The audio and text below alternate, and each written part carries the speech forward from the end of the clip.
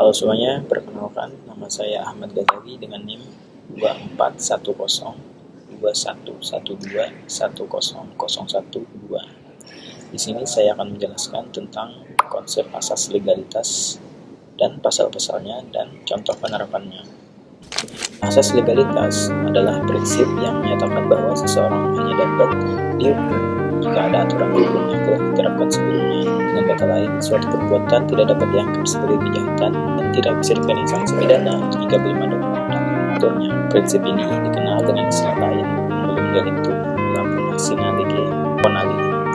Berarti tidak ada kejahatan, tidak ada hukuman tanpa hukum. Dasar hukum asas legalitas yaitu pasal 1 ayat 1 KUHP Indonesia yang berbunyi, tidak ada satu perbuatan dapat dipidana kecuali berdasarkan kekuatan ketentuan perundang-undangan yang telah ada. Adapun tujuan asas legalitas, pertama, menjalankan kepastian hukum. Masyarakat tahu tindakan mana yang dilarang dan konsekuensinya. Kedua, melindungi hak asasi manusia, mencegah hukum sewenang-wenang. Tiga, mencegah hukum berlaku surut. Tidak ada seseorang yang berdasarkan aturan yang dibuat setelah perbuatannya terjadi. Jadi kesimpulannya adalah asas legalitas merupakan prinsip fundamental dalam pidana yang menjamin bahwa seseorang hanya dapat dipidana berdasarkan peraturan yang telah ditetapkan sebelumnya. Prinsip ini menegaskan bahwa tidak ada kejahatan dan hukuman tanpa hukum yang telah ada sebelumnya, atau belum krimen labuna sine lege.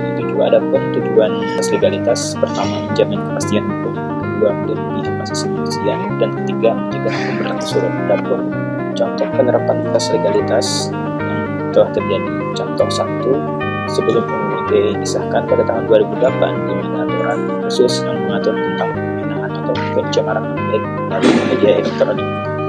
Jika seseorang mengunggah konten yang dianggap sebelum UU ITE berlaku, maka dia tidak bisa dihukum dengan aturan tersebut karena hukum tidak berlaku surut.